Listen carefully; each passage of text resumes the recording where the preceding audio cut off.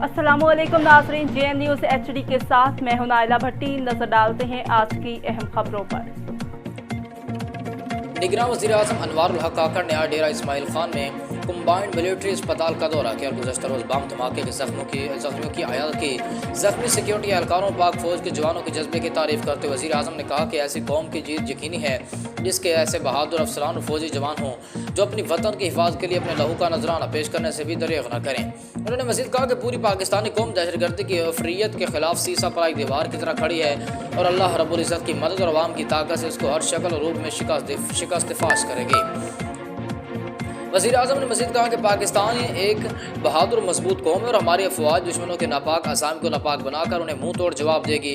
वज़ीर दाखिला सरफराज बुगटी, गवर्नर खैबर पख्तूनख्वा हाजी गुलाम अली और निगरान वज़ीर आला खैबर पख्तूनख्वा जस्टिस रिटायर्ड सैयद इरशाद हुसैन भी वज़ीर-ए-आज़म के हमरा